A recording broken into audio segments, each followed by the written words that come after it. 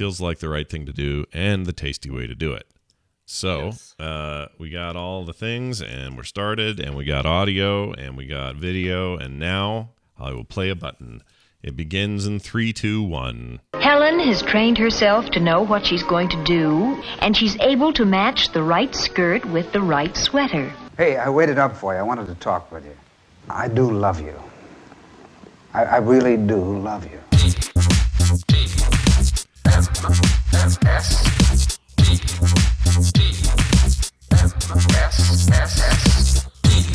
This is the morning stream. Hail Hydra!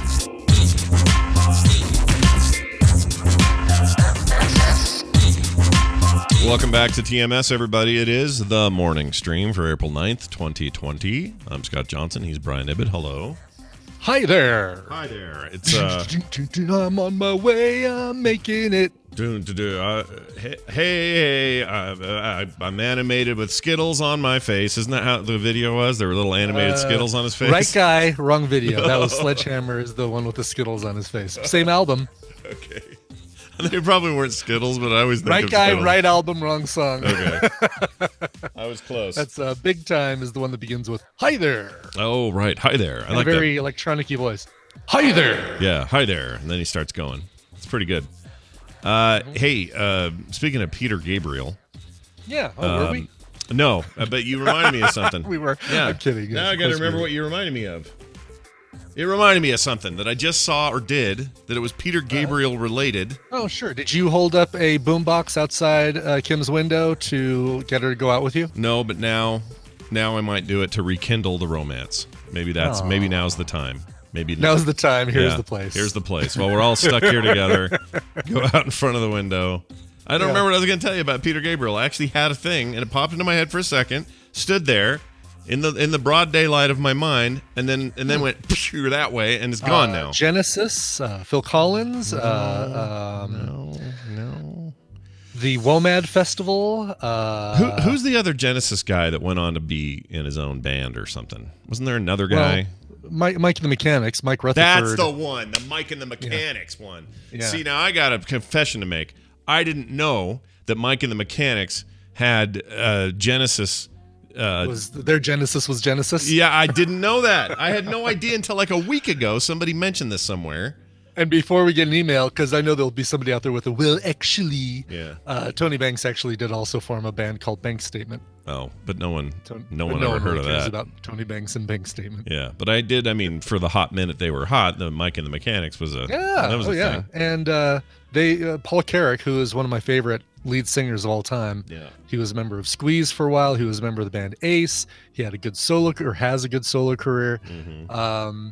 Paul Carrick was the vocalist for stuff like The Living Years and Silent Running, two of Mike the Mechanic's biggest hits. Let me ask you this: They also had another guy named Paul Young, who was the vocalist for All I Need Is a Miracle. All I need is a miracle. All I need is you. And that Paul Young is not the Paul Young that did Every Time You Go Away. Two different Paul Youngs. Every time you go. Not that one. Okay. Exactly. All right. Not that one. All But right. the Mike the Mechanic's Paul Young passed away years and years and years ago. All right. Now that we're tapping into the Coverville mind, I have to ask you one more question.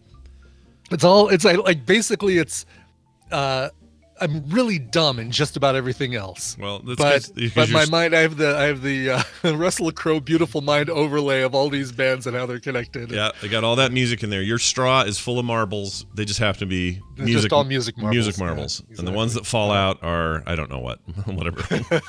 But okay, so here's the big question for you. With all of this coronavirus business, we are seeing an increase in famous musicians who are passing away, unfortunately. We are.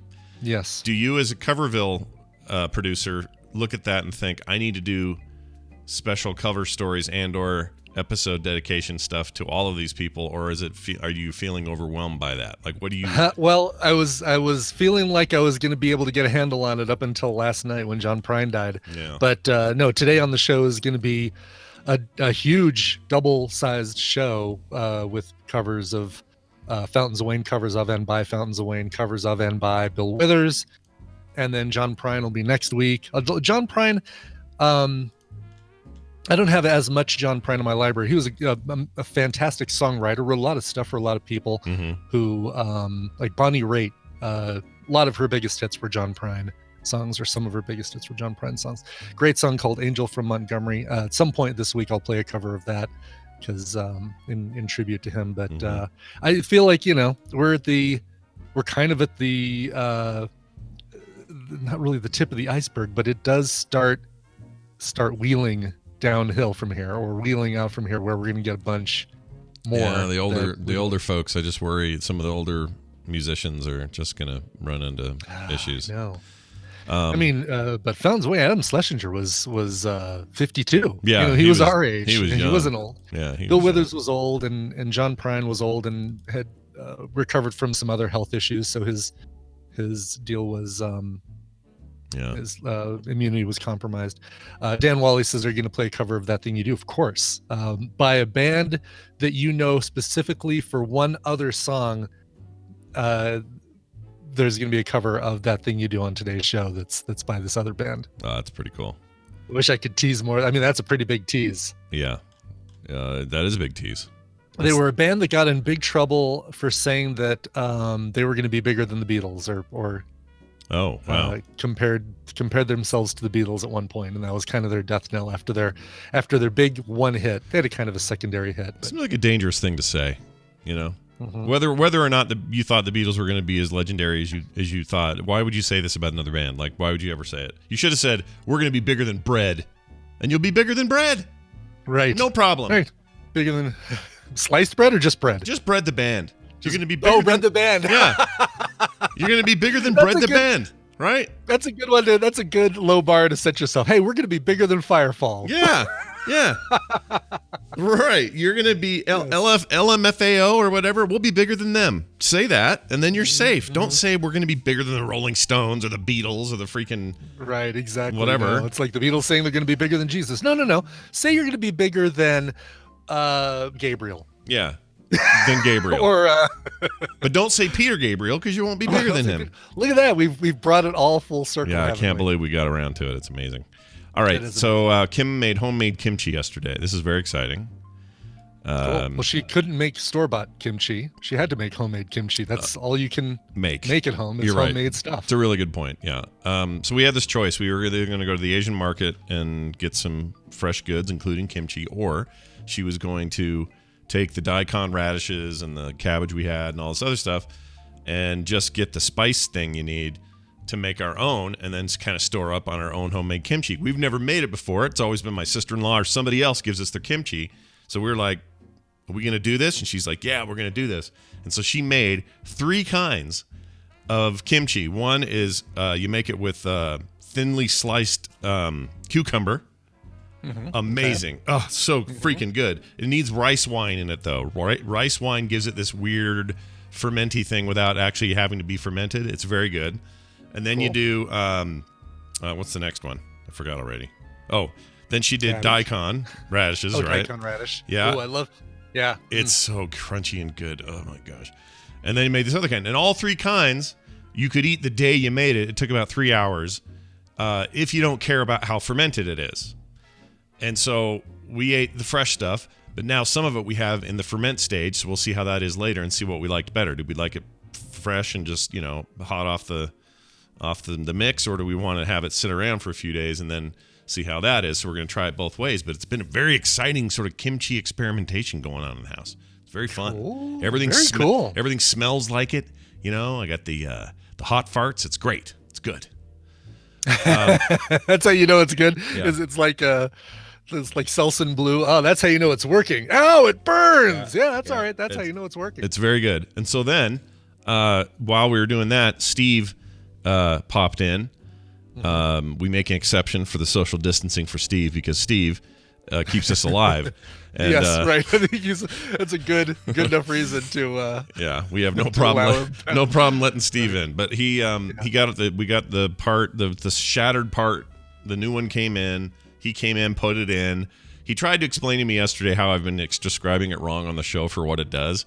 I don't really know. I don't know what it does. It does a thing. It regulates a thing. It's some kind of gas pressure sensor. Hey, the lights on, let's make the heater work thing. That's all I know. And he made it work. Okay. So it's in there now and it's working.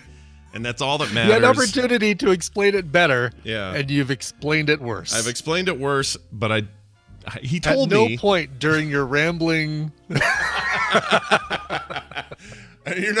You're not gonna get any more out of it than I did the other day. In fact, maybe it's worse today because I really don't know how to explain it. But it worked and it's great. So big thanks and big ups to Steve. The heat is on, and Don Henley can finally. Yeah, he can finally stop singing about it. He can finally stop singing. The heat is literally on, so he doesn't have to tell me the heat is on anymore. Next, you'll just be doing the neutron dance. Yeah, exactly, and I'm looking forward to it. Also, Brian, you've been feeding your bread, your starter. I have been feeding my starter. I figured out a better way, a way that I like better than the first couple of days of doing it. And I'm gonna ask Nicole about it when we get her on. But we have a scale, a little gram scale, digital gram scale in the kitchen, and I start with an empty jar. Mm-hmm. And then I transfer 113 grams of the starter into the empty jar. Okay. And then I put in 113 grams of warm water on top of that and 113 grams of flour on top of that. Okay. Stir it around, close up that jar. Then I'm left with the other jar, which I can either wash out to use for the next day or use that starter to make rolls or pancakes or something like that. This is cool. So look, you got a little plan. You got a little routine. The way to do this is to have two jars and go back and forth between the two jars. Well, we got an email about you and your bread. We could get this. What the hell are we talking about? Sourdough starter. Sorry, did we ever even say the word sourdough? Where you been? Where you been, Wicked Kitten? You haven't been here listening for the last few days? Go home and do your homework, okay? What are you doing there in New Jersey? Be careful out there. New Jersey got hit real bad, man. Yeah. New Jersey and New York, so bad. I don't like hearing about it. But you need to hear about some of this stuff, Brucifer says 113 grams is overly specific. No, I would disagree, because when you scoop, if you have a thing of flour and you try to scoop a cup of flour, depending on how hard you scoop, you're going to get more or less flour than you expect, because sometimes you pack it in there, sometimes it's loose in there. You're better off using gram measurements for stuff like that than you are. Because it's super not porous, but it can get dense, and you don't necessarily want it dense. Yeah, it can be fluffy or dense. Yes, exactly. So weight measures are the way to go. Weight measures is awesome. That's how I like my women, fluffy and dense. Don't tell Kim that. All right. Mark Garcia wrote in and said this. Yes, what did Mark Garcia say? He says, "Hello, Scotch and Bourbon. Listening to episode 1907. By the way, right now our show numbers by accident match up with our dates, and that will only happen until Thursday." Because okay, so you're saying because it's 1908 and today's the 8th. Yes, today's the 8th, so it's 1908. Tomorrow's the 9th, it'll be 1909. But then 1910, just through the end of the week. Yeah. We don't number PMs now, so they. Oh, really? Yeah, because the main feed doesn't get them, so there's no need to number them. Yeah, but let people freak out. Like, wait a minute, I'm missing an episode. Oh, I need to become a patron? Okay, I'll become a patron, so my OCD will be complete with the numbering system. I didn't think of that. Yeah, we'll get a whole bunch of new OCD patrons if we keep the numbering system. That's a tricksy idea. I like it. That's right, exactly. All right, well, anyway, sorry. It says this. No, you're fine. Listening to episode 1907 with Brian talking about his sour starter. Yes, you should feed the starter at least once a day on the countertop, at the counter at room temperature. On the counter at room temperature, sorry. I keep saying countertop for some reason. Anyway, more often depending on how active the starter is. If it really starts to be smelly, then you feed it again. Feed me, Seymour. Give me more. Give me another 113 grams of flour. When it stinks, what does it stink like? I don't even know. It's like a yeasty. I mean, basically, you're making a yeast is basically what you're doing. The bacteria is right. I don't know, like a smelly gym sock. I don't know what it smells like. Is it kind of mine doesn't get smelly because I'm feeding it once a day, and so far it's not overacting or overgrowing or anything. Okay. Exactly. He says this. Says there, if you feed the starter once a week, it needs to be in the refrigerator. It just requires a little more planning. If you know you are going to use the starter, then pull the starter out and feed it a day before you need it. Feed it a day before you need it. I like that. Make sure the starter is room temperature before feeding. Room temperature, what? 72 degrees, 70, something like that. 70. Yeah. Okay, in that range. I know. What if you live in a cold room? How come room temperature is such a vague? It is. It is. Like the guy, yes. the big snowman thing that took off Luke's hand, or no, or what? It didn't take out his hand, cut off the arm, or no, the Wampa? Yeah, the Wampa just hit him real hard. Anyway, that guy's room temperature is very different than mine. That's what I'm saying. Exactly. He says, I try to keep Luke's hand at room temperature. I don't know why I was conflating where he lost his hand. Keeps his own arm at room temperature now. There you go. Oh, you know what I'm doing? I'm saying, because at the end, the Wampa loses his arm because Luke cuts it off. Luke cuts his arm off with the lightsaber. Right. And then he gets in that hot tube of water and talks to Leia from it. Back to tank. Yeah, back to tank. And then kisses Leia and kisses his sister and gives a hot, wet, passionate kiss to his sister while Han Solo shrugs. Yeah. Who's scruffy looking? Yeah, anyway. Who's scruffy looking? here's The Empire Strikes Back in 2 minutes. Yep, there you go. There's the whole thing. So anyways, he says, you have been artisan baking, I have been artisan baking for 10 plus years, and starters can be a bit of a pain if you're not used to doing the starter on the daily. I always suggest the fridge method for most home bakers. So Brian, you're already advanced. You're doing the advanced tech. I'm doing daily starter business. And really today it's going to be a matter of figuring out what we want to do with the starter discard stuff, because I want to use it. I want to use it for something. Discard's like a game of Hearthstone or something. Or Uno. Yeah. Like discard. Here's the discard pile. I guess you don't discard in Uno. No, you... Rummy. Gin Rummy. Gin Rummy. Yeah, there you go.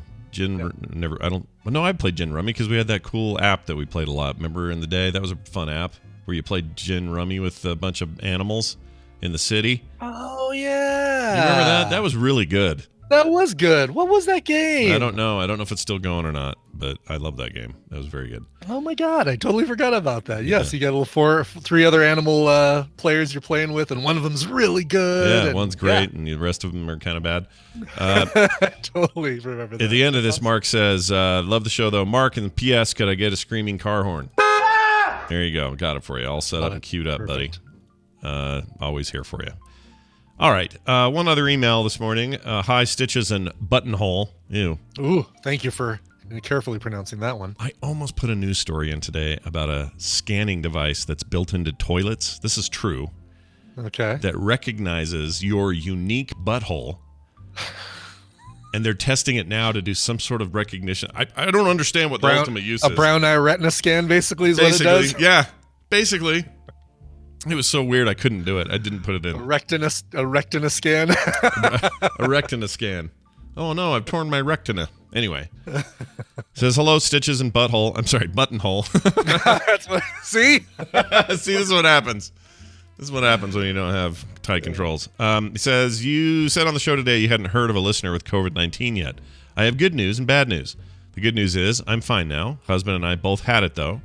We aren't sure where we picked it up. It was rough, but we both recovered about 2 weeks after we first got sick. The fever disappeared around day 5, and then we coughed and were generally miserable for another 8 to 9 days. Thankfully, neither of us needed medical care, and we were able to keep our germs at home. Thank you both for keeping us company while rested. Love the show, though. Elizabeth in Washington. You don't want to say Muckleteo? What'd I say? Oh, I could say it. Oh, I just did. Oh, what is Muckleteo? Is that a town? Muckleteo's a town. Actually, Tina's brother used to live in Muckleteo. Oh, what a weird little name for a town. Muckleteo, yeah. Yeah. I think it's a Native American name, Muckleteo. It is good to hear from someone who is okay now, that you're not still with it, and that you didn't spread it, and that you're also feeling much better, because that's good to hear.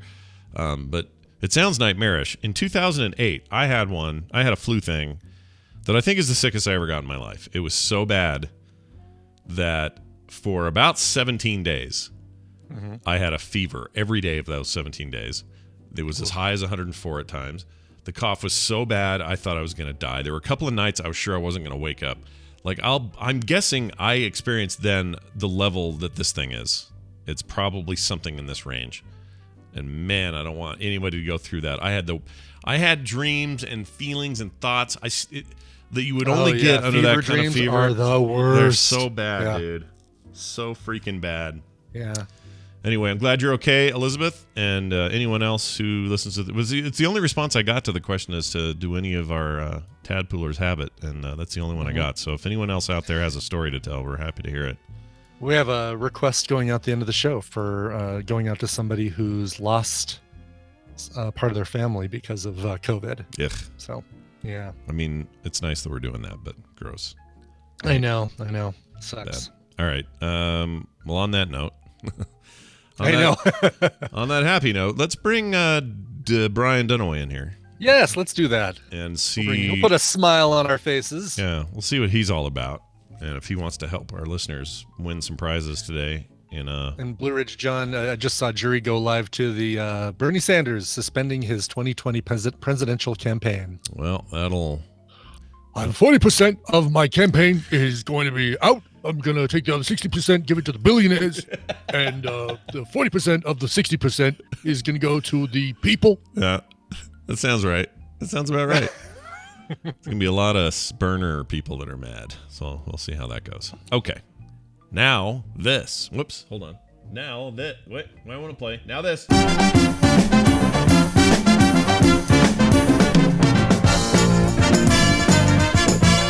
Welcome, ladies and gentlemen, to another edition of a rousing game we call Babble Royale with our good friend Brian Dunaway, all the way from South Carolina. Hello, Brian Dunaway. Oh, hi, Scott and Brian. Are you still working? Ryan. Still working your essential job? Is that still? I am totally still working my essential job because I am essential. Yeah, you are essential. Mm-hmm. Yeah. All the talking about the bread starter kit before, all that good stuff. Yeah, I was eating something yesterday I haven't eaten in a while. It was Raisin Bran. Cereal aisle was a little sparse, so we chose what we could. But it did get me to thinking about measurements, because I poured my Raisin Bran, poured me a little bowl, and there was no raisins in it. And I'm like, let me look at this box, make sure they're still putting 2 scoops of raisins. That there's actually raisins in your Raisin Bran. Yeah. Right. Yeah. They're still putting 2 scoops. Yeah. And I'm like, cool. And I thought to myself, hey, Alexa, how many raisins in a scoop? Because I realized scoops could be anything. Scoops is not a measurement. Yeah. No. Scoops is just scoops. Yeah. Right. There's a scoop in my protein powder that could probably hold like 11 raisins, and there's a scoop at the Sprouts for shoveling up licorice nibs into by the bulk that is 3 times that, 50 times that size. It can hold 1,000 raisins. Hadn't really thought about it until you brought it up, because I don't know what a scoop's supposed to be. I have no idea. No, Alexa gave me a very vague answer. So very vague. Well, that's what she does. That's her job. She doesn't know. Her job is to give you as vague an answer as humanly possible, and then you know to try to suss it out. The case is, though, probably is that all your raisins are in the very bottom of the box. But it really, the last bowl of Raisin Bran. Absolutely, it's just a bowl of raisins. It is delicious. It's my favorite part. Yeah. But it did get me to realizing I took a little further look at the cereal box, which I haven't done in years. Yeah. And there's just all kinds of lies on that box, man. It's just like, it's just like, oh, come on. Yeah. I know how to read ingredients now. Yeah. This is a bunch of lies. Yeah, you've been Get out lied of here, to, cereal people. You've been lied to your whole life. You just didn't know it. Yeah. Yeah. How do you feel now? Do you feel destroyed, ruined? Right. And I won't say lies. How about stretching the truth just a bit for the one piece of truth they could put on the box is this cereal will clean Brian out, because that's what happens with me and Raisin Bran. It is like clockwork. Like, all right, I've just eaten the Raisin Bran. I've got about an hour. So maybe the raisins are the problem and not the bran, because I'm just fine today. No raisins though. Really? In my Raisin Bran, just bran. Just bran, right? Raisinless bran. Bran is still good fiber. You can get some good fiber out of your bran, but you want the raisins for the sweet and the whatnot. I totally, I feel you.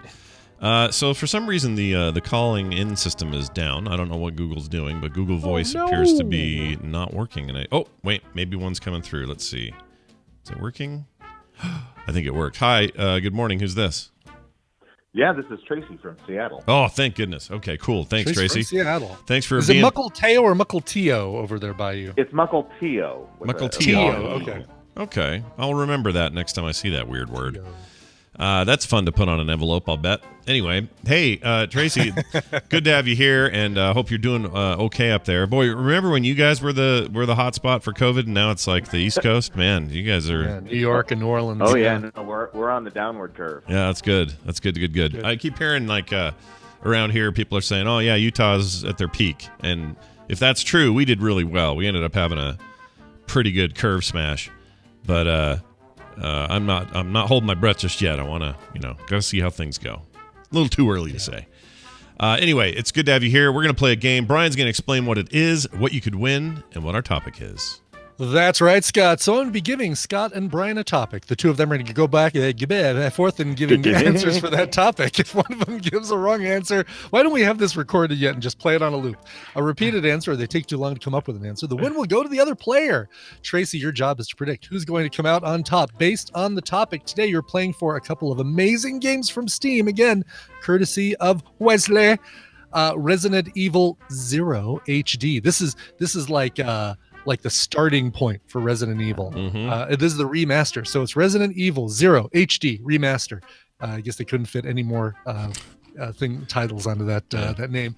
Also, Dragon's Dogma Dark Arisen. Ooh, very nice. That's a very good version of Resident Evil, and probably a great place for people to start. I would not recommend the ancient one, with all the terrible dialogue and everything. Don't recommend the ancient one. Yes, don't even invoke his name. But did you know anything about Dragon's Dogma Dark Arisen? How many Arisen? How many scoops of Arisens? So it's don't funny. know about that second one. I don't know if you meant to do this. These are both Capcom joints, and that Dragon's Dogma is a great series. Nothing wrong with it. That's a very good package here. I think we're making a very good. Nice package. Yeah. I got to give you guys a topic, don't I? Give Good news, everyone. I've got a topic for you for Battle Royale today that I think you're going to enjoy. Brian, do you watch Futurama? Oh, yeah. I haven't watched it in a couple of years. I've been meaning to go back and watch it. How can you live? I have to have it at least. I got to have it at least once a week, or I'm not happy. That's how often. Okay, well, we'll have to see how well you guys do with this. I've been binging it because there are a couple seasons that I've missed, so I'm barreling my way through the later seasons, which I never got a chance to watch. I'm loving it. Yeah. But something I noticed is that during the opening credits, there are quite a few advertisements that you see flash by, both on billboards and on taxis. And so I slowed it down and wrote down all of the advertisements that you see in the opening credits. Now, some of them are advertisements, some of them are just signs for locations, but there are 15 total, and I'll take any of them that you guys can remember. So again, Futurama, opening credits, advertisements, and store signs. Oh my gosh! I know, right? Oh man! I kept thinking, so whatever this is going to be, I got this sewn up because not a problem. You love your Futurama, yes. I thought you were going to ask for the little bylines they do. The little God! There's what? Every one of them. Those, yeah. Every one of them has a different one. Okay, this is going to be interesting. I'm nervous. All right. So that's your topic. And Tracy, you've heard how confident both of them feel in how they're going to do. Who do you want to start, and who do you think is going to win?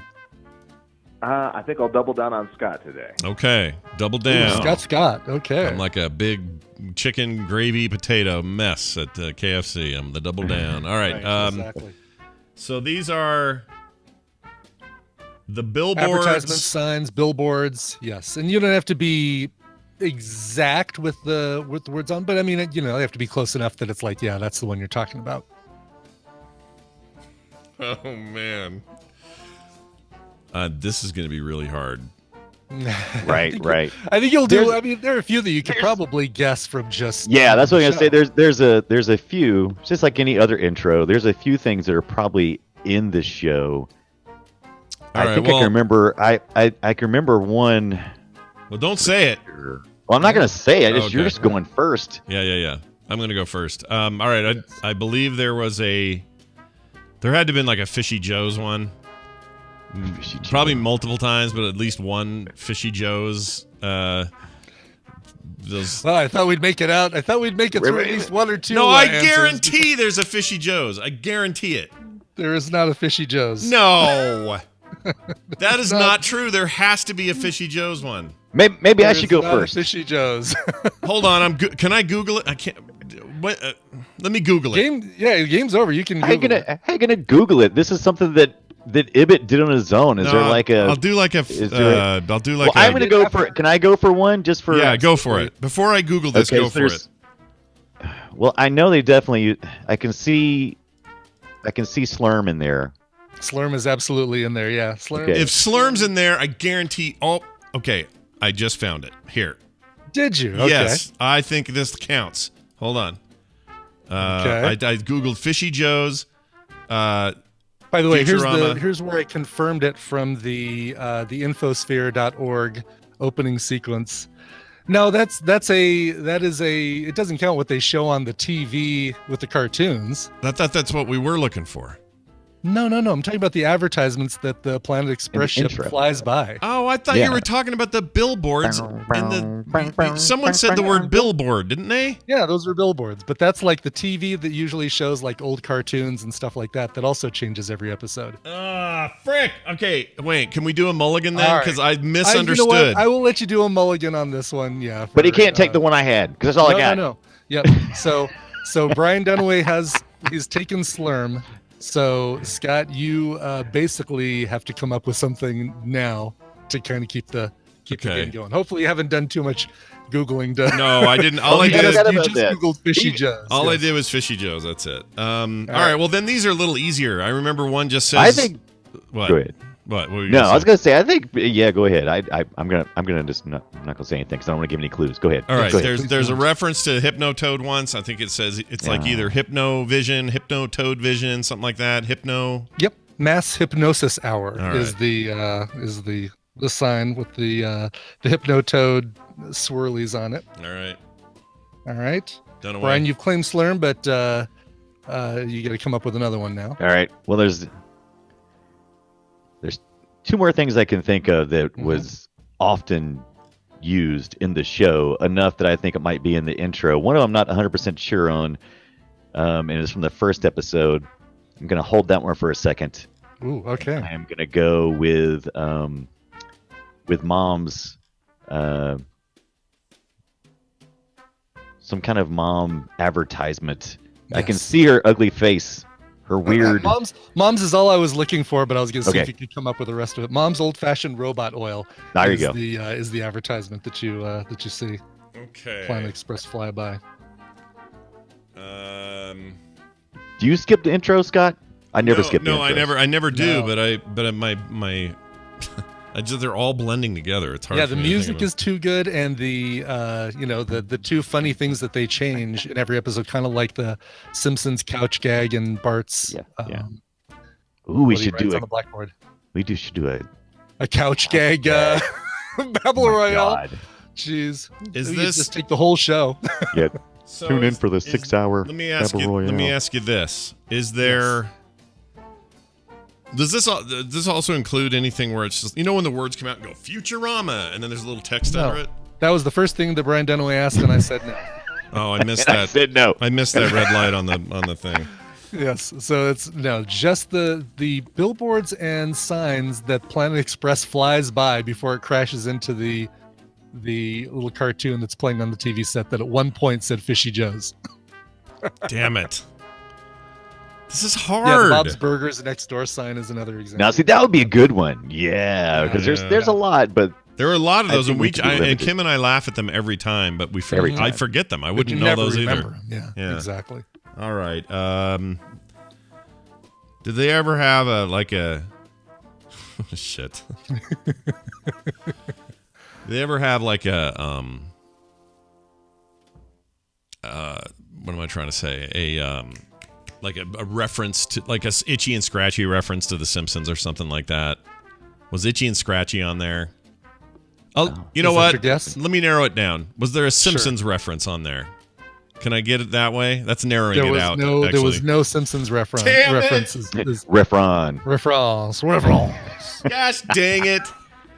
This one's hard, man. Apparently it is. Wow, I'm surprised. It is super hard. It's not going to be as hard when you start hearing these. You're like, oh yeah, of course, because these are. Can you think of any? Yeah, can you think of any products?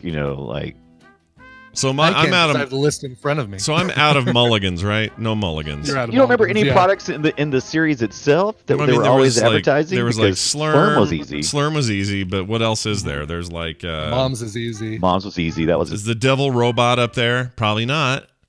No. Okay, right, let me make one more guess. Sure, make one more guess. And it doesn't Won't count. We've for already anything. lost. Right. There had to have been. Was there any weasels in that? Weasels? Weasels. For the spice weasels. Oh. I was going to try to give you some there. Spice weasel. The Mars casino stuff. Is that on there? Oh, that's a good one. That's not on there either, surprisingly. All right, so here's the other ones on there. Wait, I got one more guess. Okay. All right, what's one more guess? Is there any reference to the suicide booth? Because this, I would assume a lot of this stuff would be. Yeah, right, I would think a lot of this stuff would be first season stuff. Go ahead. Right, because they all start and they just continue throughout. No, no reference to the suicide booth. All right, well let's see how if these start triggering for you once we go through them. All right. Bachelor Chow is the big first one you see is Bachelor Chow. You see that's first season 2. That's when Fry moves in with Bender, right? Into robot arms. Yep, exactly. Yeah. DEFCON owl traps. Yeah. I don't know Smart what that sausages. Liquid Wisdom is on a hover taxi that flies by. Fleshopoid dating service. Robot Wash is a big one. You actually see that one. Yeah, Robot Wash. Robot Wash in the bottom right corner when they fly into the TV screen. Got Protoplasm. Those are all the billboards, and then the store signs. You have girls, aliens, all tentacle massage, Big Apple Bank, Sexatorium, and Park 42. All right, I'm going to make an argument. 42. I'm going to make an argument that probably doesn't need to be made, but I'm going to make it. The giant TV that they crash into every time isn't just a TV. If it's out in the middle of a city and it's as big as 150 feet. It changes it. Yeah, everything else that I described, you see in the beginning of every episode. Have you seen billboards on your home freeways lately? They change constantly. They're always changing. They're electronic now. They show a thing and then they change to a lawyer guy and then they switch to a restaurant. That's a billboard. I gave you a mulligan. What more do you want? Nobody in Times Square looks at that giant screen in Times Square and goes, "Oh, that's a TV." Nobody does that. That's a sign. Changes. It's a but giant. It changes every episode. There's something like Fishy Joe's was on there once in however many episodes there have been of the show. Everything else that we described has been on every episode of the show. Yeah, you're right. Gosh dang it, that was hard. That was freaking hard. It may be a billboard, and that's why I gave you the mulligan, is that, it may have been misdescribed as a billboard, but it's, I'm just grasping at straws. That's what I'm doing. That was a tough one. I loved it. That was fun. Yeah, I lost hard. Tracy, how do you feel about putting your faith in I like homemade trivia that it becomes up with. Yeah, that's pretty good. Next time on Babble Royale, I'm going to have you name the buildings that you see as Bob Newhart walks to work. Oh my gosh, that's a terrible idea. I love Chicago, but I can't do it. Tall building. Tracy, how do you feel about your horrible choice in a candidate today? How do you feel? It's a great choice. Well, it's okay. Every time I call in, I lose. Last time I put my faith in. No, really? Have you never won? All right. Well, I hereby promise that when the next time you call in, that there will be as equal a chance of you winning or losing as there is today. So congratulations. Thank you. Well done. We'll see you later. All right. Well, that was fun. Tracy's a good sport. Brian, you're also a decent sport. You're all right. Thank you, sir. What are we doing for Film Sack this weekend? Let's give people an idea. 2012, right? Yeah. Isn't that what we decided upon? 2012, the great disaster film of 2012. And I say great. I don't know if I mean it. John Cusack drives a limousine and does not hold a boombox over his head. That's right. Woody Harrelson plays a weird guy in a van, right? Or something? In a mobile home, yeah. Mobile home. In a park, like a state park, right? Yep. The president is, I'm too old for this shit guy. Danny Glover's the president in this? Yeah, he's the president. Is he? Yep. I don't remember that. Not for very long, spoiler. I remember three things about that movie. I remember a couple giant structures at the end that I won't spoil anything for people who haven't seen it. I remember John Cusack doing like a ramp jump across a crevasse with his limousine. And I remember Woody Harrelson with his basically his podcast that he makes from his mobile home at the top of right, his little pirate radio, short range radio thing. Yeah, exactly. Yes. I also remember they were using a lot of digital cameras, and we hadn't gotten great at those yet in 2012, and they looked like digital cameras. It was kind of bad. Oh, really? Okay. Yeah. So we'll find out together this Saturday on Film Sack. Check us out. That's me and Brian and Randy playing or having some fun with films. So check it out at filmsack.com. All right, Dunaway. Anything else you want to say before I Sure. kick you I'm out? gonna go eat. I'm gonna go eat from my box of lies. Ew. All right. We get some more raisins. Yeah, get some more raisins in there. His box of lies. I told you the story how about I got a whole box of Lucky Charms that was nothing but the and Lucky Charms. It was all marshmallows. Right? Yeah, that was it. And we decided to try to eat it, and it made us super sick. It was dumb. Ooh, yeah. Which is funny because now you can get that. Now they actually sell that as a thing. Do they really? I didn't know that. Yeah, you can get Lucky Charms are all marshmallows, or at least for a while you could. It was like a special. It was like Crunch Berries, all berries. Oh my gosh. Well, I can't do the shug. There's too much shug in there now. Yeah, especially if it's all marshmallows. Yeah, that's a lot of shug.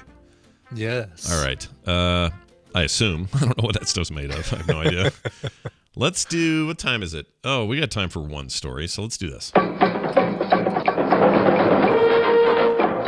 It's time for the news, brought to you by. Have you ever wondered what our pets do when we're not around? One little boy might just have the answer. What does my dog Jack do at night? A new title from author Adam Mock brings to life the dreams of a child and his ideas of what goes on when we're not watching. Jack may seem like a normal dog, but he might just have a few tricks up his collar. This adorable adventure is available now at barnesandnoble.com, so order your copy of What Does My Dog Jack Do at Night for the little ones in your life. Stay safe, stay home, and read together. The answer in my life is hump a pillow. Hump a pillow. All night long. Mm-hmm. All right. Billions of people are under coronavirus lockdowns, as you know. Mm-hmm. And now the upper crust of the earth is shaking less. Now, you wouldn't know that living in Salt Lake City a week and a half ago, but... right, no kidding. It got one last ride in. Yep, that was like a quick pop, and then the Idaho one, and then nothing. About 4 billion people, roughly half the world's population, have reported being told to isolate themselves in their home and prevent the spread of the coronavirus, as the major decrease in the hum of normal human activity has led to a surprising shift in Earth vibrations. Researchers who study the Earth's movement said the mandatory shutdown of transportation systems, businesses, and other human activities has correlated with the planet shaking noticeably less than usual, a drop in seismic noise. The vibrations in the planet's crust is giving scientists a rare chance to monitor small earthquakes, volcanic activity, and other subtle tremors that are usually drowned out by the everyday movements of humans. Pretty fascinating. Wow. The quieter vibrations are observed by Thomas Lecoq. Thomas Lecoq. That's French for the cock. Yes. Actually, in this case, it would be French for the rooster. Yeah, this it is French for the rooster. Don't snuff the rooster. Let's see. The seismologist at the Royal Observatory of Belgium. That's where they got the waffles. Published this week an article in the journal Nature. According to Lecoq, such a dramatic decrease in noise can typically be only experienced briefly around Christmas for similar reasons, because everybody slows down, chills out. Yeah. I looked at the two. I had one of those slider pictures, where they put a little thing in the middle and you can move it back and forth on the webpage. Back and forth, yeah. They did that for the LA skyline, and I bet it's amazing. It's crazy, dude. Yeah, I bet there's got to be one for Colorado too. Denver had a bad brown cloud, and it'd be amazing to see what the difference is. We did too. You guys get a similar. You get that. What do they call it? We have the valley. We've got the. What do they call it? Mountains on one side. We have a word for it. It's the inversion. You guys get an inversion. The right? inversion. We get the inversion in the winter. Yeah, we do too. And it's just been bad. But man, it's so clear outside. I mean, I'm not saying I want life to go back to normal. I want everyone to be okay. I want all that stuff. But maybe if we could just figure out a way to keep some of this, just some of the clean. I feel like this is probably going to be the case where a lot of these companies that are saying, all right, well, we've got people working at home right now. It's actually kind of working out for us where maybe we can sell part of our office space and take up less space and let people work from home. And maybe this is kind of the lead into to a lot of that, folks telecommuting and less traffic and less smog. It'd be great if that's a byproduct of this. Yeah. There's still going to be people who think that the idea of humans are causing too much pollution are going to think it's a hoax. But I don't know how you don't look at this and see the difference. Like, it's obvious. Like, it's in your own eyes. Believe your own eyeballs now, everybody, and your lungs. You're breathing it in. You're looking at it. Yes. Like, it's a difference. It makes a difference. And I'm not some tree hugging dude. I can't breathe it in, Scott, because I have to stay in my house and I can't go downtown and see the no brown cloud. Right. But now the Earth's going to not tremble a little bit. How are we going to keep those love and good vibrations happening? I don't know how it's going to work out. Gotta keep those love and good Vibrations happening. That was fun. Right then. That was fun. All right, we're going to take a break. When we come back, we're going to hang out with our good buddy Tom Merritt, do a little bit of tech talk. We're going to have Nicole here for recommendals, all the fun stuff you're used to in the latter half of the show on Wednesdays. Before all that, though, a musical selection. Yes, this is great. The fingernails you had neglected to clean.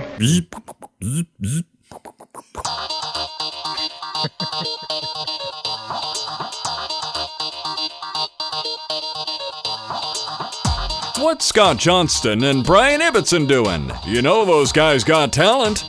This is The Morning Stream.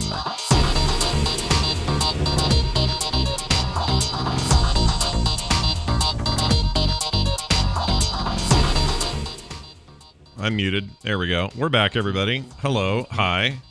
That was a cool song. I like that. That was cool. Really, I like the build up, right? I like songs that kind of have that build up and then a big old crescendo. The Hawthorne Effect, The Edge is the song. So check him out. I think you can actually find it as a free download. What's the Facebook site?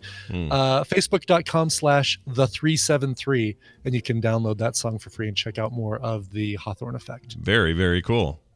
Yeah. All right. Well, that means time for this right here or right now. With the computer, as with any tool, the concept and direction must come from the man. That man, as always, is Tom Merritt. He's here on Wednesdays to talk about technology in these weird times we live in. Tom Merritt, hello and welcome.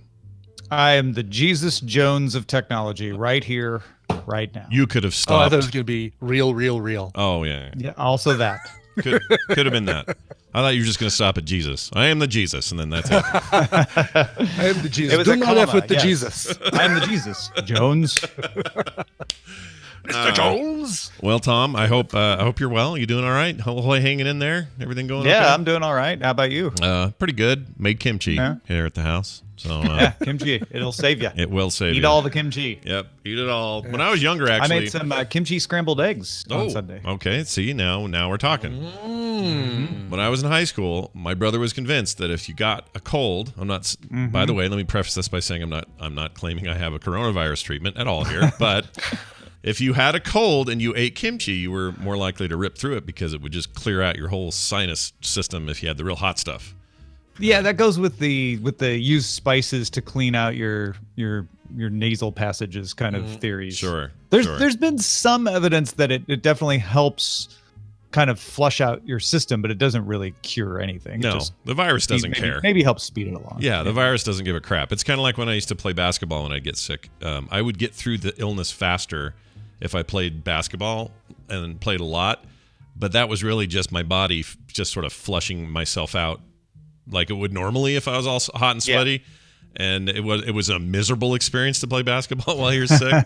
But I would always like shave a couple of days off of the illness. So yeah. Again, I mean, you have to be careful with these kinds of correlations, right? Yes, and I also do not. Yes. Again, just to reiterate, this is not me saying it cures it. I heard him say it. It cures it. We are not misinforming the public today. I'm just giving you an anecdotal experience. I want to point out though that stress can.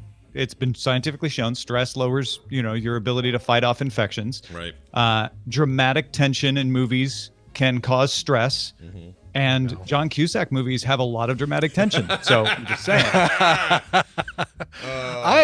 I love where you're headed with this. I am too. I'll go ahead and no. You know what? I'm not going to spoil it. There's a reason Tom said that, and I'm not going to spoil why because there's something cool. Well, there might be. We'll see. I didn't say there was. Yeah, he doesn't know. It's over 2,000 reasons that Tom said that. Yeah, more than that even. Like just over that. Or maybe you said that. Yeah. Anyway. I said over. Oh, you did? Okay. Hey, so Tom, what? I think I talked over is all. I just need to know what's happening in tech today. Is there anything happening in the world? Yeah, I like to get in front of these stories, especially for you guys on TMS. There's a Cisco Talos security group study out showing how to subvert fingerprint authentication. Oh. If you read responsible reporting like Ars Technica's about this, they do a really good job at this. Dan Gooden has been on this beat for a long time, does a great job. You can find out what the actual risks are. Basically, what Talos Security did was said, okay, if we have a budget of $2,000, in other words, let's make this practical. Not something that you have to have $1 million budget for. Can we subvert fingerprint IDs on phones, because there was, if you recall, when Touch ID first came out, there was some subversion of that, but they've strengthened it since then. We have lots of different implementations now. They are stronger than ever. So researchers found that they needed a clean reproduction of a target's fingerprint to begin with.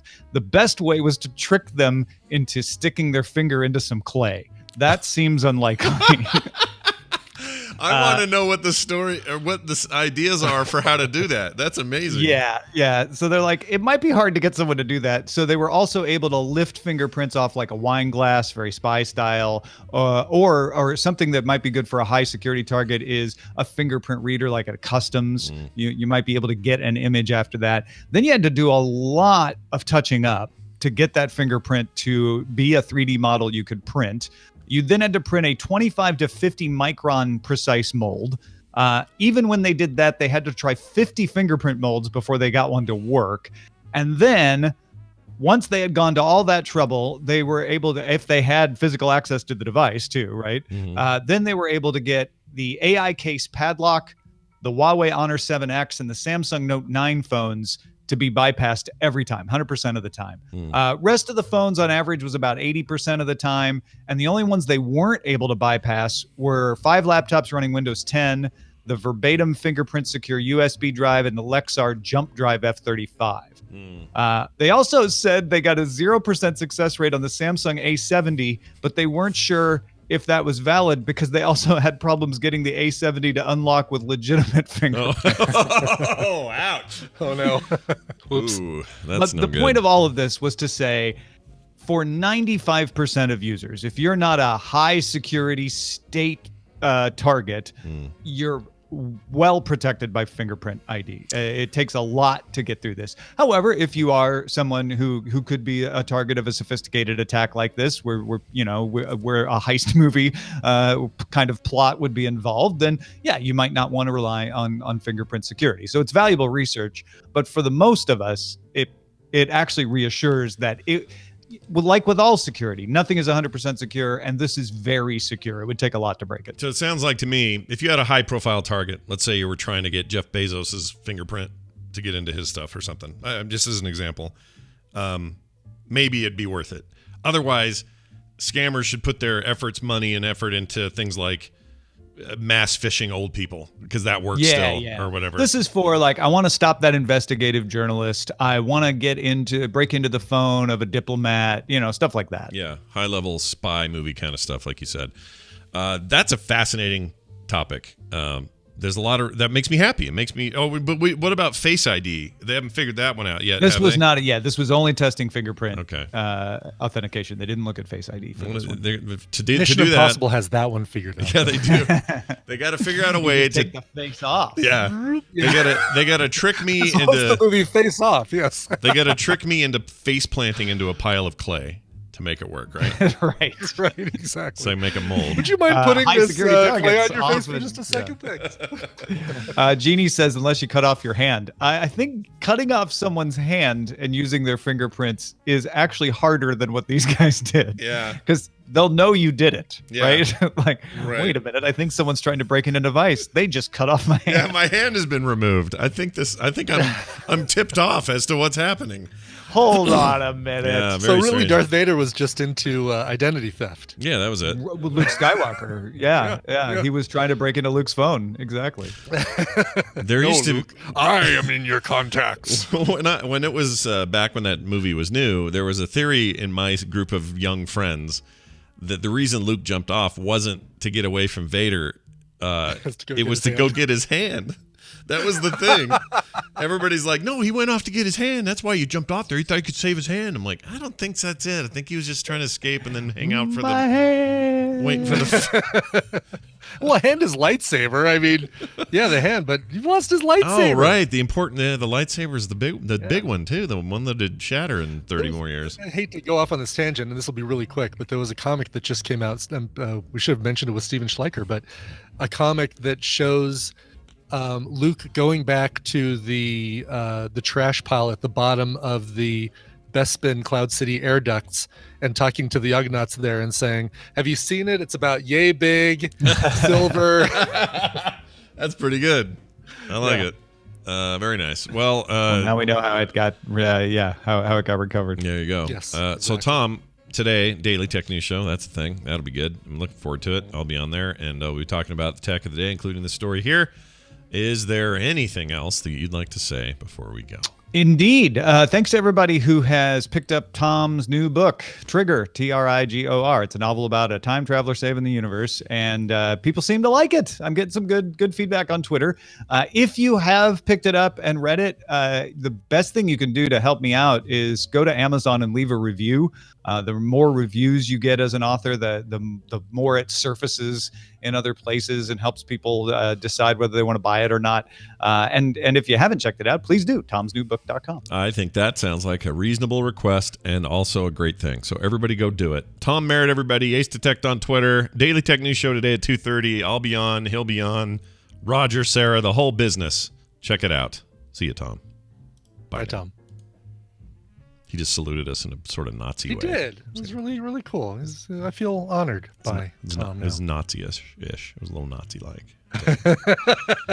Jeez. A little bit of Heil something in there. Just I kidding. put a link to that photo, by the way, in our Discord. So it's you Luke did? saying, he's Oh, talking yeah, to there it, it is. not saying, it's a metal cylinder about this long with black grips and a few switches on the side. Would have dropped down here from the central wind tunnel a few days ago, gotten sucked into this room. You guys see anything like that? That's great. He's already got his new hot hand, too, in that shot. He does, yes. Yeah. All right. Very good. Yognot, like the kind it is there I've spoken. That guy, right? Isn't he a Yognot? Yeah, right. Yeah, he was an Ugnaught, yes. It was They're good at taking apart C-3PO and good at hiding out on remote planets waiting for Mandalorians. Yeah, which is what you want out of your Yognot. Mm-hmm. Okay. Sound a lot like what's his face from down out in Beverly Hills, Nick Nolte. Oh yeah, he sounded an awful lot like him. So much like him. Might have been him. I've been considering a rewatch of that, but I haven't had time because there's so much other stuff. There's so much other stuff to watch right now. Yeah. Just kind of in the mood, you know. You kind of want to get just a little taste of it. Yeah. All right, we're buzzing into Nicole's world. Buzz. Oh, I heard it. So There that she means is. we got to play that now.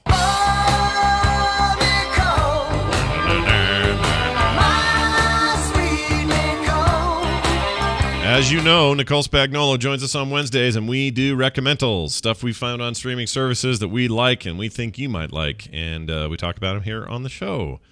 Plenty of opportunities Hey, for Nicole, this sort of stuff. Are you feeding your starter daily, or are you doing the fridge technique? What do you do? Right now, I'm doing it daily. Yeah. But I Moving on to I might put it in the fridge. Are you, is it, I mean, so when you guys say you do it daily, it's not like you gotta. Hey, Rusty Nails. Oh. I look rough because I'm quarantined like the rest of the world. Yeah, jeez, Rusty. God. Jeez, Rusty Wow. Nails. What do you look like? Send us a photo of you, buddy. Yeah, send us a photo of yourself right now, Rusty Nails. Jeez I got 2 kids Louises. at home. Oh, Rude. Oh, somebody in the chat room bad. forgets that there are real people on the other sides of these cameras. Interesting, Rusty Nails. We're going to have to put you in a special category of tadpooler for a while. Rust shaming is what we just did. Rust shaming. Little rust shaming. I look rough because my hair's here. Let me get beautiful. Oh, look at that flowing. What? You don't do a whole like makeup thing before you come on the show? Actually, I did put on makeup today. You look. I think you look See, great. I think you look That's great. Brian and I always look like Really shit, great. so who cares? It's like Exactly. it's all good. Exactly. All right, so we should Anyway, dive. We should so dive you're right talking in. about you were talking about feeding your starter daily, and then Rusty Nails interrupted. Yeah, he did. So wait a minute. When I- you guys say you have to feed it daily, does that mean you have to keep an eye on it all the time, or can you just No, check it every morning? no, no. Okay. No, just once a day. You take 4 ounces of it out, put it into a new jar, dump some more water, and dump some more flour into it. Okay. What do you do with your leftovers? I haven't done anything yet, but I'm gonna make pancakes. Ooh. I was gonna say the pancakes are amazing from it. Yeah. Because you don't want to waste it, right? My bread didn't turn. No, that's the leftover. A lot of times people just throw it away Yeah. because there's so much of it. That's so weird. Oh yeah. I just love the end result. I'm no good at making it, but I like eating it. I can tell you that. So, do the kids just yell for you when you're doing recommendals, or is Yes. this like 24 Actually, hours a day? It's all the time. Like, Mom, Like that? Oh my gosh. What do they need something important? Do you need a moment to see what's up there? Are they good? Oh, yeah, let me go check on her. Right. I'll be back. All right, she's gonna go check on her. Brian, we're not gonna play your clip until Nicole comes back because obviously she needs to hear it. But that's all right. You know what? It gives me a chance to talk about two things that are not they're recommendals, but they're not ones I have a clip for. Number one, Parasite is now streaming. Yeah, we have no excuse. No excuse. No excuse. You must watch it now that it is on a service you're probably already paying for. Go watch Parasite. I would have used it as a recommendal, but I talked so damn much about that movie last year and the beginning of this year because I loved it so much. So I am not going to talk any more about it. So boom, there you go. Okay, I'm very excited to see it finally, so I need to see it. Yes. I'm also going to talk about one other movie that I didn't bring an audio clip for because there's some dialogue in there, but it's worth checking out, especially if you watched Moon recently, based on FilmSack. The movie is called Mute. Oh yeah, I meant to see that. Yeah. And it takes place in the future. Takes place a little bit longer after Moon. I guess 2052, while Moon took place in 2035. So a few years after that. But there is one scene where you see Sam Rockwell and a bunch of Sam Rockwells in a news article about the cloning thing going on. That's cool. But for the most part, the movie is about Alexander Skarsgård as a mute, an Amish Sarsgaard as an Amish boy who was in an accident, in a motorboat accident, and lost the ability to speak. So he's mute, and it's kind of like there's a little bit of a Blade Runner-y feel to it, but not quite as high tech as Blade Runner. But it's also by Duncan Jones. Paul Rudd and Justin Theroux are in it, and they play, I don't know, a couple of the most complicated characters I've seen in a long time, that you want to really like them, but you also really want to hate them, and it's really good. This? I missed the clip. No, we didn't play the clip yet. This is just like a little preview. This is a secumental. Yeah. It's not my primamental. Yeah. But then this movie's called Mute, and it's on Netflix. I wouldn't really call it a sequel to Moon. It's in the universe. Yeah. Oh, okay. It's the same universe. Same. It's on the Earth this time. So why didn't you didn't want to do? I mean, I guess I have a primary recommendal that we're gonna. So is it because he's mute? You didn't have a clip? Yeah. Oh, I get it. Really? There's very limited dialogue in the movie. There's some dialogue. I mean, Paul Rudd talks a lot and Justin Theroux talks a lot, but trying to find audio clips online is like, I don't really like that one, and this one gives too much away. And hold on, is Justin Theroux, or sorry, not Justin Theroux, Alexander Skarsgård? Is he the one I'm thinking of from the vampire thing from True Blood? From True Blood. Okay, yeah, I like the him. really tall guy. Yeah, he's the Amish mute. Oh, see, I always think of that one guy. Yep, I know who you're thinking of. I do the same one that's thing. Married to Maggie Gyllenhaal. Yes. Peter Sarsgaard. Yep, I get him mixed up He's every a Sarsgaard. Time. Alexander is a Skarsgård. And then there's the guy from It, right? Yeah. Then there's the old guy. He's also a Sarsgaard. Yes. Yeah, the guy that was in Sarsgaard. The dude what was in Chernobyl last year is a Skarsgård or a Sarsgaard. There's a lot of dudes, a lot of Sarsgaards, a lot of and they're all Swedish. Those bastards. He was in Castle Rock too, as the first season of Castle Rock. Castle Rock. Got it. Castle Rock. Robo Jeff in the chat room points out, he says Mute has terrible reviews. It does, and I don't know why, because I really liked it. I thought it was great. It was great world building, and there were, like I said, Paul Rudd and Justin Theroux's characters were really, really amazing. It is a go ahead. Justin Theroux from The Leftovers. Yeah. He's amazing in The Leftovers. I need to finish that. He's great. Oh, you do need to finish The Leftovers. Yeah. Before they go bad. Finish your Leftovers. They will not go bad. It's so good. That a freaking great show that is. Yeah, you'll love that. Yes. Andy was amazing. All right. So neither of those are my primary recommendal. Now you can play the clip of my primary recommendal. It'll probably be pretty obvious when you hear the content. Well, here goes. I will play your clip of mental after Nicola Mental got back from talking to her child of mental. Here we go. This is Brian's clip, and where is it? There it is. Now we'll play. You're a master of the stall. Whoops. Sorry, I screwed that up. Okay. We at NASA were given no indication the Soviets were so close to a landing. The intelligence provided by the CIA was faulty and inaccurate. Hold on now, wait a minute. We did report 2 launches of the Soviet N-1 rocket. One launch in January and then one this past week.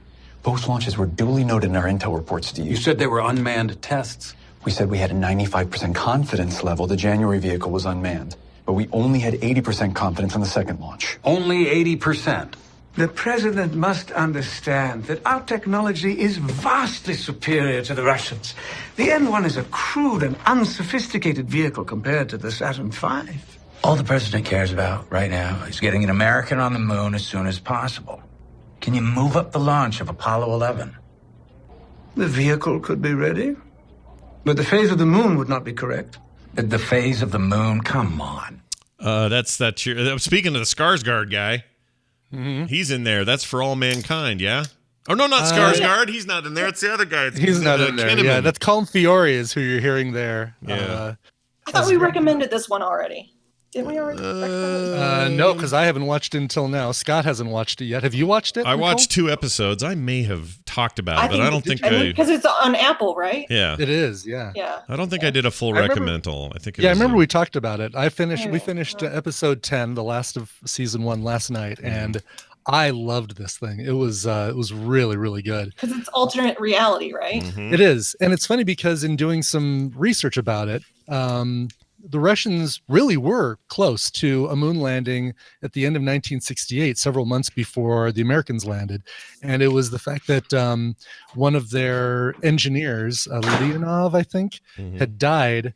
And basically it caused the Russian space program, the moon landing program, to be set back several years. Oh, wow. And so the Americans actually beat the Russians to the moon.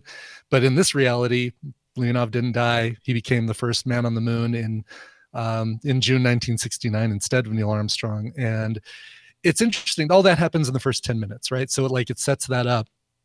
And then the rest of the series is about America racing to get to the moon, some problems that happen along the way, women in the space program, a lot of really cool storylines that kind of centralize around this plot. And Joel Kinnaman, who was fantastic in The Killing. He's good in everything. And he's good in everything. He really is. Yeah, love that guy. He's kind of the main astronaut in this, Edward Baldwin. And you also get Penny from Lost. It plays an astronaut. Weird. I got to look up her name because I can never remember it. Sonia Walger. It's not Penny's boat. Sonia Walger. Penny. Yeah, Penny from Widmore. Lost, yes. Penny Widmore, exactly. Yeah. That was the name. I can't believe I remember that name. I liked Penny. She's cute. Yeah. And Michael Dorman is in this. I'm trying to remember the name of the guy also from True Blood. He was the sheriff, I think, in the town that True Blood takes place in, kind of a... Oh, yeah. He's awesome. Chris Bauer. Yeah. He's in a bunch of other stuff, too. That guy's great. I freaking love that dude. The sheriff? Yeah. No. I was thinking of the guy who ran the restaurant. Never mind. No. Nope, not the werewolf guy. No, I met him. I met him in real life. Did you? Did you at a Dragon Con or something? At Dragon Con. Yeah. Wow. Did he go suke and then run? It's not the same guy, but I don't know. I didn't like the interaction, and so I'm like, yeah, I'm kind of not a fan anymore. Sorry, dude. Wow. All right. It was not a good interaction. Well, good. Well, I'm glad he wasn't Chris Bauer, who is in For All Mankind. Anyway, if you've bought an Apple product recently, you've probably got a free year of Apple TV Plus, and you could do far worse than watch For All Mankind. This was a really good watch. It's also only like what, $4.99 a month. It's cheap. So it is cheap, and it's worth it, especially for stuff like but amazing it's not stories. Cheap if you add it all up with everything else. No, well, if you have to have every service, sure. Like right now, I'm not doing HBO right now because I don't know. I'm just not. But like Hulu, I think right now is Netflix, Hulu, Disney Plus. And that's it. Those are the only ones I'm paying for, I think, right now. Oh, and Amazon Prime, because you have Prime. Yeah. Well, Disney Plus, we kind of all paid for 3 years of it, right? So we just kind of sit back and enjoy. Yeah, just use it while you got it. Yeah. Yeah. Speaking of which, here's my clip. I think you guys might recognize it. I don't know. And I also know Nicole already sort of talked about it, but I don't care because I loved it so much I have to talk about it again. So here it is. Showing Dad your van? That's your whole list? What list? Oh. What's that? I'm just working on a list of things I wanted to do with Dad. You know, play catch, take a walk, driving lesson, share my whole life story with him. That's cool. Oh, but before you cast that spell again, you're gonna have to practice your magic. All right. It's probably obvious. I don't know. But It's such a great movie. It is one of my favorite things ever. I loved Onward so much. I want to hug it and make out with it. Caress it and make it your own. That's right. It's just a... I thought for a minute, though, you were going to... might have been the other show that is not very Disney. Oh, I'm not okay with this. Oh, we talked about this the other day on Monday. I just basically reiterated I brought you up. In fact, I invoked you and said, hey, remember how Nicole said, watch, I'm not okay with this? Well, turns out she was right. That is a fantastic little mini show. It's incredible. It's so good. I can't believe it is what it is. Like, it's so good at being a John Hughes movie at the same time that it's a slightly raunchy 80s comedy, at the same time that it's in modern day. Your dryer is singing to us, Nicole. I know. Yeah. I'm sorry. My office is stuck in the laundry room. Her kids are yelling her name. Her dryer is saying, please empty me. Mark needs something. Who knows what? Nobody knows. Mark is over there feeding the sourdough starter. Everybody's busy in that house. But I cannot believe Onward made me tear up about a van. I can't believe that happened. Really? Oh, wow. It's amazing. And also, it's really heartfelt. It's that magic Pixar stuff that they are able to, seems like they're the only ones that really are able to get out the emotions the way they do it. And it just was freaking wonderful. If you've got brothers, you're really going to feel it. If you've got a dad who's passed away, you're going to really feel it. And none of these are spoilers. They're just the premise of the thing. Mm-hmm. You get all this in the trailer, yeah. Even if you're an only child, like Brian, you're an only child, these themes are still going to sing to you. They're going to mean something to you. No. I'm an only child. My dad's still alive. I'm not going to care about it. It's a great It is fantastic. I know, dude. I can't wait to watch it. Yeah. I'm surprised they moved it to Disney Plus as fast as they did. Well, they had really to. Did. What else are they going to do? They got to get it out there. Well, they could milk the rental market for a little bit. Yeah. Well, it wasn't even rental. It was purchase only. Mm-hmm. Yeah, they didn't. So I thought for a week it was rental. No, I didn't see it. I guess I think you had to buy it. Hours there. I think you had to buy it. Yeah, I think that's the way it works. But probably, yeah, and it was probably like, if we do rental, we'll just get the one-off. If we put on Disney Plus, we're going to get the people who aren't subscribed to Disney Plus joining Disney Plus just to see this. I'm sure that was that was a strategic choice, and they had their reasons. But I'm really glad they did it. And Kim and I loved it, and it made me a babbling idiot at the end. And I just loved it. Oh my gosh, the thing that they did the best, in my opinion, and they just keep doing this. This is the problem with knowing that people who are our age, Brian, they're the ones making all the stuff now, right? Mm-hmm. That's the age group. And so what are they writing? They're writing stuff about their youth. So this thing's set in a modern context. There's cell phones and there's all that. But it's like it's ripped from 1985 in almost every other sense, the music and the stuff. And that's what I loved about I'm Not Okay With This. Same thing. That thing's set in a modern era, but it feels like it was ripped from the mid-'80s. And they're all speaking to me. They're speaking my language. That's why Stranger Things is so like, wow, it feels very 80s. Yeah. Yeah. So I just can't say enough about it. I think Onward is incredible. It's my favorite thing I've seen this year. I loved it. So watch it. I can't wait to see it. All right, Nicole. So Trolls 2, basically, I think it's called World Tour, is going video on demand this Friday. So if you're home with kids and you're looking for a fun movie, they're putting it was supposed to be in the theaters, but it's not. Watch it at home. What's your take on that Elmo thing? He's going to do some special stream for a bunch of kids. You hear about that? I didn't hear that. Yeah, it's. I know Mo Willems, he's a hugely popular book writer. Mm-hmm. He does the Penguin, the Pigeon. The Pigeon Needs a Bath. The Pigeon. Well, he's been doing daily doodle sessions with kids. Oh, that's cool. That's very cool. Yeah. No, Dolly Parton has been doing live streams where she reads stories. Like she read the little engine that could. Aww. This little engine just couldn't do it. Couldn't get up. Well, and she's had for years a program where she will just send kids books for free. Oh, that's it's a whole book program. She's great. It's in certain places of the United States that you can just have Dolly Parton, send your kids some books. That's awesome. Yeah, she says, now She's y'all great. y'all She just really prop is these great, up on your breasts and you read those books like I do. I love Dolly. She's I pretty love great. her. She's pretty great. So here it is. Sesame Street's Elmo to host Playdate special to comfort kids during coronavirus crisis will air on multiple Warner Media networks. That's cool. Yeah. Anyway. All right, Nicole, tell us your deal. Oh. What do you got there? All right, here's mine. I probably should give it to you. Yes. Probably. Read my mind. I'm going to give it to you. Let me read your mind. There you Nicole, go. go and give it to you. All right, I'm going to play There it you without go. looking. I'm just hitting the little button here. Here we go. Don't know how loud this is. Hopefully loud enough. Who's in the bad place that would shock me? Well, Mozart, Picasso, Elvis, basically every artist ever. Every U.S. president except Lincoln. That sounds about right. What about Florence Nightingale? That was close, but no, she didn't make it. Wow, all those amazing people down there. It just seems so hard to believe. Again, it's an incredibly selective system. Most people don't make it here. But you, a lawyer who got innocent people off death row, you're special, Eleanor. And by the way, welcome to your new home. Oh, it's perfect, isn't it? You see, in the... All right. Yeah. I think I have an idea. In the what? That's a funny place to cut it off, especially since it begins by saying the bad place. Yeah. Yeah. That was kind of the giveaway. But had you not seen this before? Is this your first?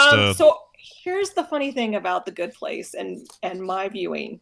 I watched like the first 2 episodes and I got bored of it. So I didn't get back into The Good Place until season 3. And I watched the whole season 3 and I'm like, I should probably go back and watch the first 2 seasons. So I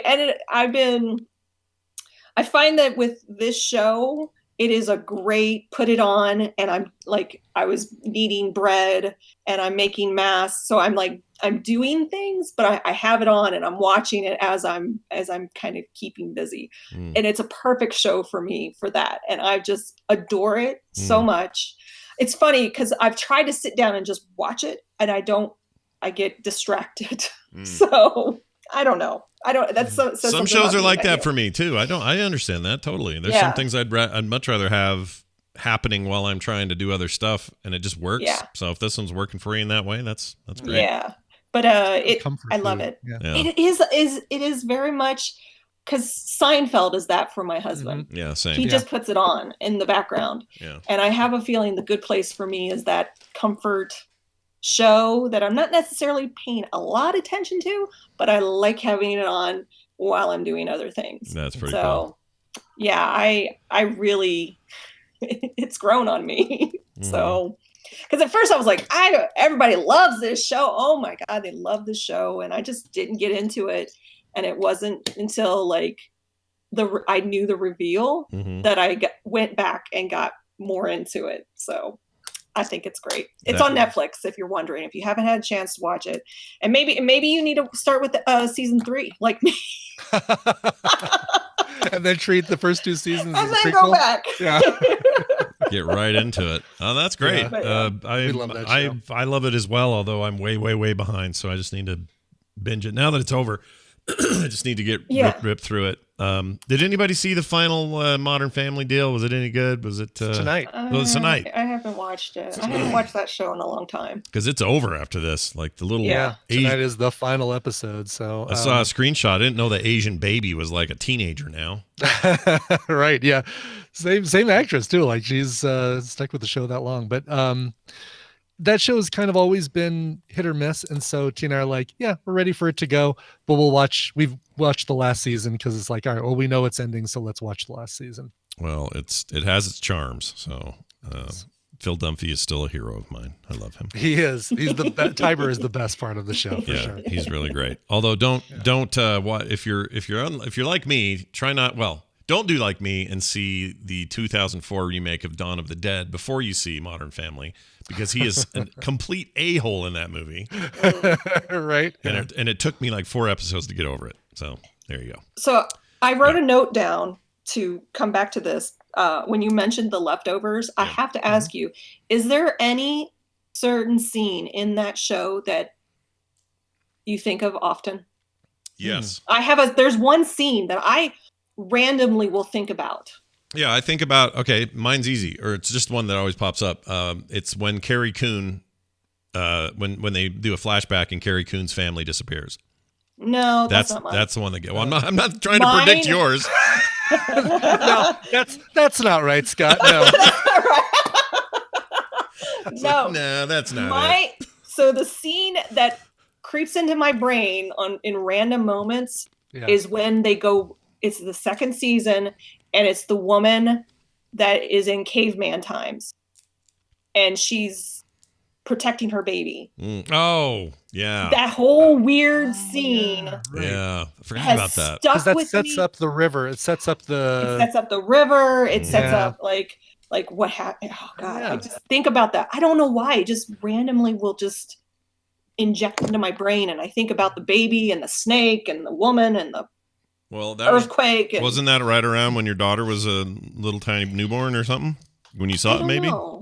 Because that's why that stuff imprints on me.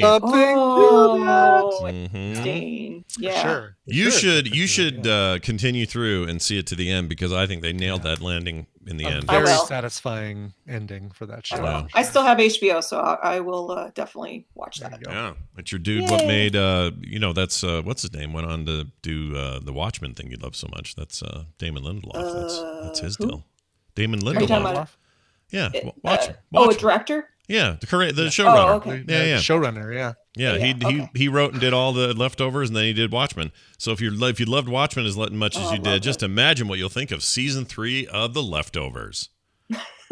I will finish it. All right, that sounds good. Nicole, it's always a pleasure. Don't forget to follow her on Twitter, because at Nicole Spag, she will list the things we recommended today in easy to follow fashion.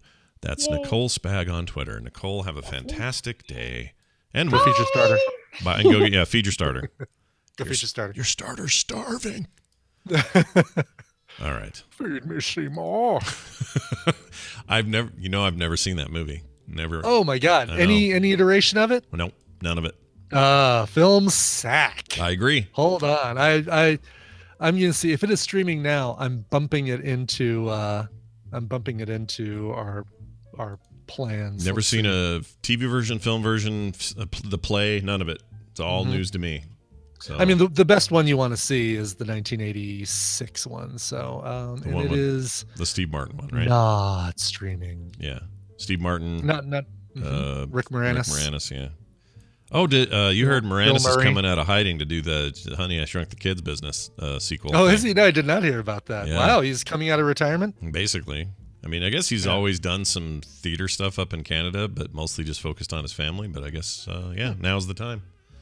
Okay. I think they should do another Great White North album. Him and the other guy. Thomas. Yeah, Dave Thomas, get together. Make it happen. Sure.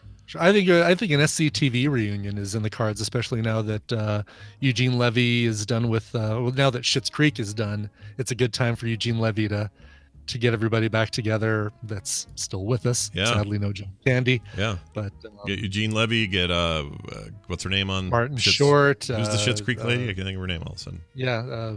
Catherine O'Hara. Get her in there. Catherine O'Hara. Yep. Yeah. Martin Short was on there. You're right. Short, the corpse of John Candy. Get him in there. No, I'd be all in for an SCTV thing. That'd be cool. That would be great. All right. We are to the point of the show where we finish things, and that is to say we end. But we don't end without this. Okay, so last night I started a brand new playthrough of the Resident Evil 3 remake that just launched last week. And this is like what they did with 2. It's a complete redo of the game, all in glorious three dimensions, third-person view, stuff. It's scary as hell. I screamed like a baby, of course. John's there with me now on this one, so he's going through it with me, which is good because he knows where everything is and kind of, is acting as a guide while I lose my mind. Sure enough, I freaked out a lot. Turns out Nemesis is a huge pain in the ass. So to commemorate that, Jamie says I should play this, which is the Best of Scott Plays. I guess this is a combination of things we've heard before, about 2 minutes of it, and you might enjoy it. This is a taste of what you might get from my playthrough of Resident Evil 3. Enjoy. Bucka bucka wow wow. Shit, monkeys. I'm doing my nails. Poke them in the bumhole. Let's touch the butthole. Oh, shit. Shit. Shit. No shit. Oh, shit. Hey, there's a butthole. Come here, sexy boy. Oh, Mark Knopfler's penis, dude. Freddie Mercury's butthole. Oh, la, la, oh, la, la, la, la, oh, la, la, la. Get out of there, dick shit. Help me, Jeebus. Oh, la, oh, la, la, oh, la, la. Great mother of fart knucklers. Penis! Penis! Father shithead Sarducci, where are you, you jackin' Oh, la, la, la, la, la, la, la, la. Shit donkeys! Is he taking his big turd head and going, hey, turd Ferguson. Go touch it with his potato wiener. Oh, shit McGee. Oh, what kind of horse shit is that? Shit donkey. What's that, my floor avocado? Shit potatoes. A little dead guy zombie wiener. Shit potatoes. Shit potatoes. F you, cactus. Batra! Here we see someone is banging upon our penis. I'm Father Slippy Fingers. Father McFeely. That's what I'm worried about. Boofed. It's like half turd, half goat. Robot taint. Thank you, benevolent butthole. You're the greatest. This game could bite me in the poo. Right in the pooper. Holy McShitty pants. Shitfish. Shitfish. Shit donkeys. La la la la la la la la la. Shit potatoes. I got the vagina coin. Oh la la, oh la la, oh la la. Look at his weird anus. Shit balls. Ew, his mom bits. I'm shooting you in the vagina nest. Get off. That's right. Right in the birth canal. Take it. Okay, put that back in my pants. F you, Grandpa. Son of a bitch. La la la la la la la la. Shit patrol. That made a little pee come out. We need to throw out a not safe for work. I guess everybody's working from home. Totally safe for work from home. Yeah, I guess safe from work from home, unless you got your boss there with you. Who knows? Oh my gosh, Holy Jamie! Cow! That really that was really great. Yeah, that's what you can expect is a lot of that business, and then of course John's there this time, so that's fun. But if you want to see a super smash cut of what already happened last night, that's up on YouTube now at my YouTube channel, so you can go enjoy that if you dare. And we're doing that on Tuesday nights, by the way. So 6 p.m. Tuesday nights until I'm done with that game. That's our schedule. So enjoy. Nice. All right, Brian. Sir? You talked about it earlier, but you may as well reiterate it. Coverville today. What's going on? Yeah, 1 p.m. Mountain Time at twitch.tv/Coverville. A tribute to Adam Schlesinger of Fountains of Wayne and Bill Withers, both of whom passed away from coronavirus, but left us with some amazing music. I still have a couple songs I need to cut from the show to fit the time. Otherwise, it's going to be huge. But some great stuff. So obviously, you're going to hear covers of That Thing You Do, Stacy's Mom, Radiation Vibe, and then on the Bill Withers side, Ain't No Sunshine, Grandma's Hands, Lovely Day, Just the Two of Us, Lean on Me, of course. Bill Withers and Adam Schlesinger both leaving us with a lot of amazing music and a lot of other bands that pay tribute to that amazing music. So tune in today, twitch.tv/Coverville for a big old show, a supersized show. Thanks for all the getting a bunch of emails from people saying Taylor should get off her butt and make a get that album done because they really like her Hackensack song. And so I teased her about it the other day and said, hey, maybe it's the time. She's like, oh, that sounds so much easier when I don't have a little baby. Exactly. Yeah. Van is a he's a handful. is a time taker. He's full on walking and I saw that video. Around. Yeah, he's trotting along. Yeah, it's funny though because he holds his fists in the air to keep balance right now, so he doesn't have any... right. So he's like Hulk smash. Yeah, he just runs through the room going. It's pretty great, but I really miss seeing him in person. It sucks. I hate it. Oh well, I'll take the video for now. All right, that's it. Patreon.com/TMS is how you can support our show. If you'd like details on that, how it works, what you can get, and why you want our 5th episode a week, which happens on Fridays, why head on over to Patreon.com/TMS and check it out for yourselves. Everything else you might need to ever know is over at frogpants.com/TMS. And keep those messages coming. We love the emails. We love that stuff. We love to hear how you're doing during this weird lockdown. All right. Sure. Now we need to go, and to do it, we need a song. So, Brian, play one. Do you have one? Yeah, David Morton wrote in and said, my brother and mother recently passed away from the virus. I always planned to dedicate a song to my brother on his birthday, March 21st, and never got a chance. My mother passed away just after her birthday on March 29th. He was 50, she was 72. My brother was a dedicated grocery store employee, and this cover was on one of the last CDs that he ever purchased. He enjoyed the physical media of CDs. My mother and brother are among the first few that passed away from the Navajo Nation and represent the disproportionate number of victims affected by the virus among my people. My mother and brother leave a tremendous hole in our family and the community. My name is Kinley Chi in chat. I'm Navajo, Dene, and of the Red House people, Kinley Chini, born for the Turtle Clan of the absentee Shawnee. Thank you for your show. Thank the medical personnel fighting the good fight, and thank your grocers and other folks doing their best out there. Please take care of yourselves and your loved ones and walk in beauty.